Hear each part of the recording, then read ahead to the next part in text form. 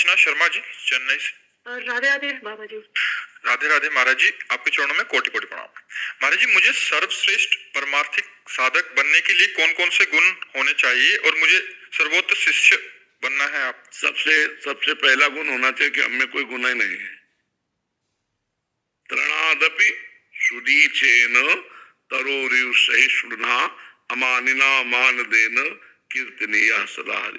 पहला ये होना चाहिए कि मैं किसी योग्य नहीं हूं, यही होना चाहिए। पूरे जीवन भर इसी को ढकते चले आए हैं कि हम किसी योग्य नहीं है, भीख मांग के खाना, अकिंचन भाव से रहना, 1 रुपया पास नहीं, 1 इंच जगह नहीं, ऐसे जीवन। अब भगवान को प्रकाशित करना था तो वो प्रकाशित कर दिया। अगर YouTube ना होता तो कौन जानता। भगवान को प्रकाशित करना था, कलयुग के यंत्रों का जमाना आया, देश विदेश बात फैल गई तो वो योग्यता दिखाई देने लगी। नहीं तो सदैव ढक के रखा जाता है, अपने सद्गुणों को ढक दिया जाता है। और सदैव जब वार्ता की जाती थी मैं बहुत अधम हूं, मेरे में कोई सद्गुण नहीं कि मैं आपको रिझा सकूं। प्रभु आप अपनी कृपा से रिझ जाओ और हो सके तो अपने योग्य बना लेना। मेरे में ऐसी क्षमता नहीं कि मैं आपको प्रसन्न करने वाले सद्गुण धारण कर सकूं, आप अपने योग्य बना लेना। तो बात सही रही। अगर अपने में सद्गुण दिखाई देने लगे तो अहंकार आ गया, तो सब दोष आ गए, फिर पतन हो जाता है। तो उपासक को चाहिए कि अपने में कोई सद्गुण है ही नहीं ऐसा वास्तविक दिखाई दे। सत्य कहते हैं, जब गुरु कृपा होती है ना तो अपने में सद्गुण नहीं दिखाई देते, क्योंकि अपना कुछ रह ही नहीं गया। अभी हृदय भगवान का, मन भगवान का, जीवन भगवान का, तो लगता है वो अपनी जगह में आके बैठ के बोल रहे हैं तो मेरा क्या सद्गुण है उसमें। वो अपना प्रभाव फैला रहे हैं तो मेरा क्या उसमें प्रभाव है तो उनका सारा प्रभाव। तो ऐसे रहता है। त्रणादपि सुनीचेन, तृण ते नीच अपनपोकार, शुभ अशुभ न जाने। अपने को तृण से नीच समझना सबसे बड़ा सद्गुण। और जहां दैन्यता होती है तो जैसे पानी कहीं छोड़ो वहीं जाएगा जहां निबान है, ढलान है, जहां गहरापन है, तो जो झुका हुआ है सारे सद्गुण वहीं आ जाते हैं। जो दैन्य है, सबको अपने से श्रेष्ठ समझता है, उसमें सारे सद्गुण आ जाएंगे दैवी संपदा के। और जो अपने में कुछ गुणों को लेकर अभिमान करता है तो सारे दुर्गुण उसमें आ जाते हैं। तो हमें लगता है सद्गुरु और इष्ट को प्रसन्न करने के लिए सबसे बड़ा गुण है कि मेरे में कोई गुण है ही नहीं। देखो ध्रुवदास जी महाराज इतने बड़े महान रसिक संत हैं, वो किशोरी जी से कह रहे हैं, सबे अंग गुणहीन हो ताको जतन न कोई, एक किशोरी कृपाते जो कछु होई सो होई। मैं समस्त अंगों से गुणहीन हूं, मेरे में कोई साधना का अंग नहीं कि हे किशोरी जो आपको मैं प्रसन्न कर सकूं। अब तो भरोसा केवल आपकी कृपा का है। और कितने बड़े महापुरुष हैं कि 42 लीला जैसे ग्रंथ की रचना की। महान अद्भुत रस सिंधु है 42 लीला।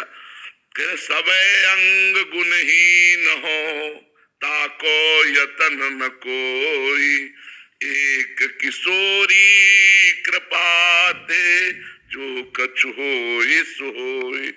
सो कृपा सुलभ नहीं ताको कौन उपाओ, चरण शरण हरिवंश की सहज ही बन्यो बनाओ। बोले वो किशोरी की कृपा भी ऐसे थोड़ी होती है। बोले जब हरिवंश महाप्रभु की शरण में हो जाए, चरणों का आश्रय ले ले तो फिर कृपा का अनुभव हो जाता है। सारे अच्छा जैसे सद्गुण है सत्य बोलना, अब देखो बोल के, पवित्र आचरण देखो करके, अल्पाहार देखो करके, कम निद्रा देखो करके, पूर्ण आत्मसमर्पण देखो कर, कुछ नहीं होने वाला, अपने से कुछ नहीं होने वाला। क्या होने वाला है? हम अगर कुछ करेंगे तो हम बिगाड़ सकते हैं, इससे ज्यादा कुछ नहीं कर सकते। तो हे प्रभु, हे गुरुदेव, आप करा लीजिए, आप हमसे करा लीजिए, तो अहंकार नहीं आएगा और हमारी साधना बहुत जोर की चलेगी। अगर ये है कि मेरे में सद्गुण है तो फिर पतन हो जाएगा, ये पक्की बात है। परमार्थ में ऐसा है। महाराज जी, कौन सी सेवा सर्वश्रेष्ठ है, तन या मन या धन की? हमारा है ही नहीं तो सेवा क्या है? हमारा सिद्धांत जो हम वर्णन कर रहे हैं, हम बिके हुए दास हैं।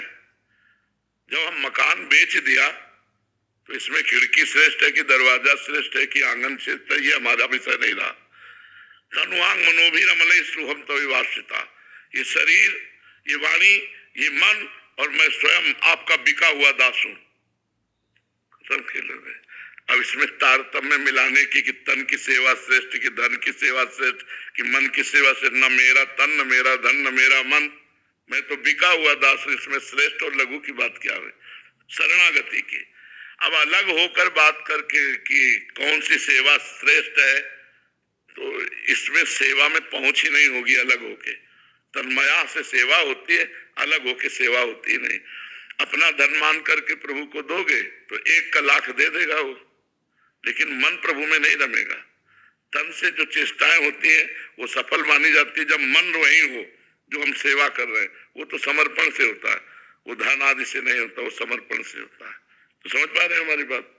वैसे ये बात अपनी कही, वैसे शास्त्रीय बात यह है कि तन और धन दोनों से श्रेष्ठ सेवा मानसिक होती है। पर मानसिक सेवा में प्रवेश तभी होता है जब शारीरिक सेवा की जाए। शरीर से खूब सेवा की जाए तो मानसिक सेवा में प्रवेश करने का अधिकार मिल जाता है, और मानसिक सेवा सर्वश्रेष्ठ है।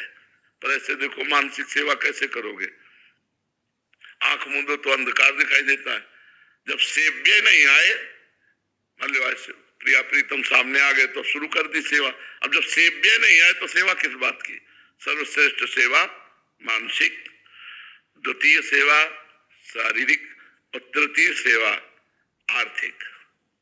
अब शरीर से नहीं कर सकते हो, मन नहीं लग सकता, जीवन भर मेहनत की, रुपया कमाए हो, गौ सेवा, संत सेवा, भगवंत सेवा में लगा दो। नहीं, सबसे श्रेष्ठ है मानसिक सेवा। और वो जो बात पहले कही वो शरणागति की कही कि हमारा कुछ है ही नहीं तो क्या सेवा, हम तो बिके हुए दास है।